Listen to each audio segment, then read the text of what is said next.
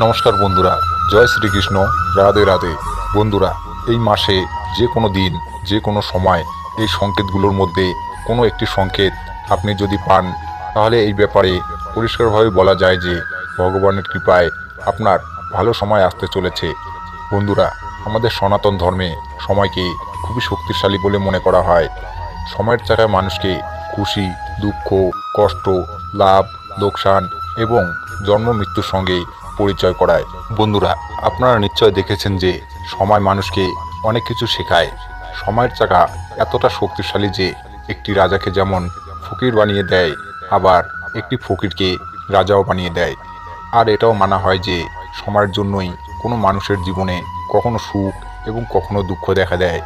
বন্ধুরা, আপনারা কি কখনো ভেবে দেখেছেন যে আপনার জীবনে শুভ সময় আসতে চলেছে? এটি আপনি আগে থেকে কিভাবে জানবেন? বন্ধুরা, স্বয়ং শ্রীকৃষ্ণ নারদ মুনিকে এই ব্যাপারে বলেছেন যে প্রকৃতি থেকে আমাদের এই সংকেতগুলি পাওয়া যায়। বন্ধুরা, সবার প্রথমে যে সংকেতটির কথা বলবো সেটি হলো সকালে ঘুম থেকে উঠেই যদি দেখেন আপনার ঘরের দরজার সামনে কোনো কুকুর বা বিড়াল দাঁড়িয়ে আছে, যা আপনার বাড়ির পোষা নয়, বা আপনার বাড়ির গেটের বাইরে কোনো নববধূ বা কোনো ভিখারি দাঁড়িয়ে আপনাকে ডাকছে, তাহলে বুঝবেন আপনার বাড়িতে মা লক্ষ্মী প্রবেশ করতে চলেছেন, অর্থাৎ আপনার ভালো সময় আসতে চলেছে। 2. আপনার বাড়িতে যদি কালো পিঁপড়ের আগমন ঘটে থাকে, তাহলে এই ব্যাপারটা অত্যন্ত শুভ বলে মনে করা হয়। বলা হয় যে বাড়িতে কালো পিঁপড়ের আগমন মানে স্বয়ং মা লক্ষ্মীর আগমনের চিহ্ন। তাই বন্ধুরা, বাড়িতে যদি দলবদ্ধভাবে কালো পিঁপড়ের আগমন দেখতে পান, তাহলে অবশ্যই আটার সঙ্গে চিনি মিশিয়ে তাদের খেতে দিন। আপনার ঠাকুরঘর, তুলসী মঞ্চ এবং রান্নাঘরে যদি এই কালো পিঁপড়ের আগমন ঘটে, তা আপনার এবং আপনার পরিবারের সুখ, শান্তি, সমৃদ্ধি বৃদ্ধি করার ইঙ্গিত করে। 3য় যে সংকেতটির কথা বলবো তা হলো, যদি পুজো করার সময় আপনার চোখ দিয়ে জল চলে আসে বা আপনার শরীরে একটা কাঁপুনি ভাব অনুভব করেন, তাহলে এই বিষয়টি ভগবানের সংকেত হিসেবে গ্রহণ করা হয়। এর মাধ্যমে ভগবান আমাদের এটা বোঝায় যে তিনি আমাদের পাশে সর্বদা রয়েছেন। যদি পুজো করার সময় ঠাকুরকে নিবেদন করা ফুল যদি আপনার সামনে এসে পড়ে, অথবা পুজোর সময় যে প্রদীপ আপনি জ্বালিয়েছেন সেই প্রদীপের শিখাটি এক সুরে উপরের দিকে উঠতে দেখা যায় এবং দীর্ঘক্ষণ পর্যন্ত জ্বলে থাকে, তাহলে এই বিষয়ে ভগবান আমাদের বোঝান যে ভগবান আমাদের পুজোয় সন্তুষ্ট হয়েছেন এবং খুব শীঘ্রই আপনার কাছে একটি ভালো খবর আসতে চলেছে। কিন্তু বন্ধুরা, যদি প্রদীপ জ্বালানোর সময় বারবার তা নিভে যায়, তাহলে এই বিষয়টি অত্যন্ত অশুভ বলে মনে করা হয়। 4. বাড়িতে যদি টিকটিকির আগমন হয়ে থাকে এবং একই সঙ্গে একই জায়গায় 3টি টিকটিকি দেখতে পান, তাহলে এই বিষয়টিকে মা লক্ষ্মীর আসার লক্ষণ হিসাবে গণ্য করা হয়। এমনটা বিশ্বাস করা হয়, ওই সময় যদি সামান্য আতপ চাল ওই টিকটিকির ওপর ছড়িয়ে দিতে পারেন এবং সেই সময় নিজের মনের প্রার্থনা ইষ্টদেবের কাছে করতে পারেন, তাহলে সেই প্রার্থনা দ্রুত পূরণ হয়। 5. যদি ব্রহ্ম মুহূর্তের সময়কালে কারোর ঘুম আপনা আপনি ভেঙে যায় এবং সেই মানুষটি তখনই নিজের অজান্তে ভগবানকে স্মরণ করতে থাকে, কিংবা ওই মানুষটির ওই সময় মনে হতে থাকে যে তাকে অন্য কেউ ভালো পথ দেখাচ্ছেন, তখন ওই ধরনের মানুষের এটি বুঝে নেওয়া উচিত যে তার ভাগ্যের দরজা খুলতে চলেছে এবং খুব শীঘ্রই সে সফলতার নতুন নতুন রাস্তা পেতে চলেছে। 6. যখন কোনো মানুষের বাড়ির সামনে কোনো গরু অর্থাৎ গোমাতা খাবারের জন্য আসে, অথবা কোনো হনুমান বা বান্দর কোনো মানুষের বাড়ি থেকে কোনো খাবার আপনা আপনি উঠিয়ে নিয়ে যায়, অথবা তার বাড়িতে যে কোনো পাখি এসে নিজের বাসস্থান বানায়, বা কোনো বিড়াল বা কুকুর তাদের সন্তানকে জন্ম দেয়, তাহলে ওই মানুষটিকে বুঝে নিতে হবে সামনে যে সময়গুলি আসছে তা তাকে আরও শক্তিশালী বানিয়ে তুলবে, আর সে তার জীবনে উচ্চতর লক্ষ্যে পৌঁছতে সফল হবে। 7.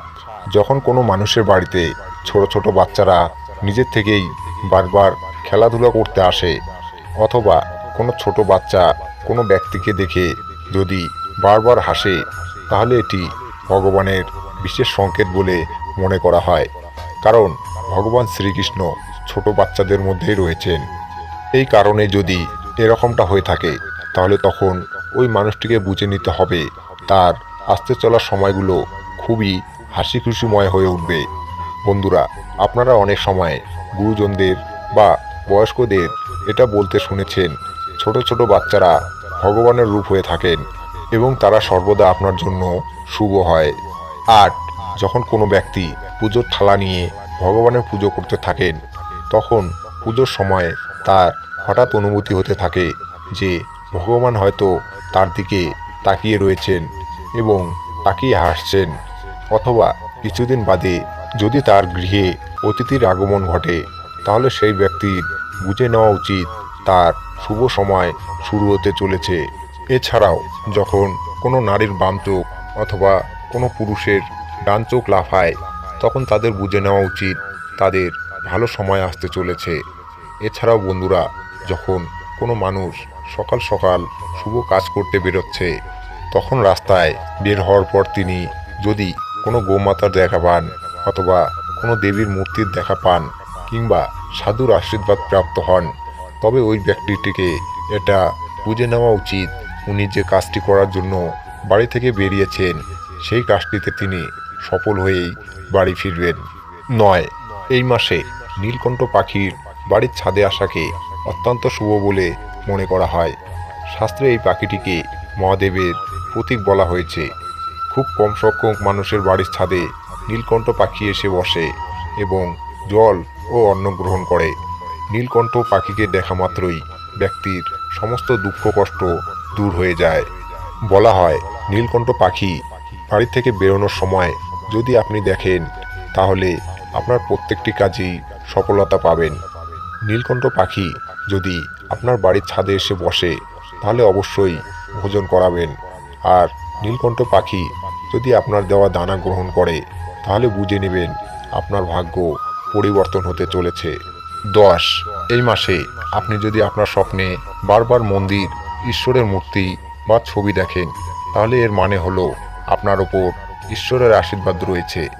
এছাড়াও এমনও হয় যে আপনি কোনো বড় কাজ করার জন্য এগিয়ে যান কিন্তু তার আগে আপনার মনে কিছু সন্দেহ আসে।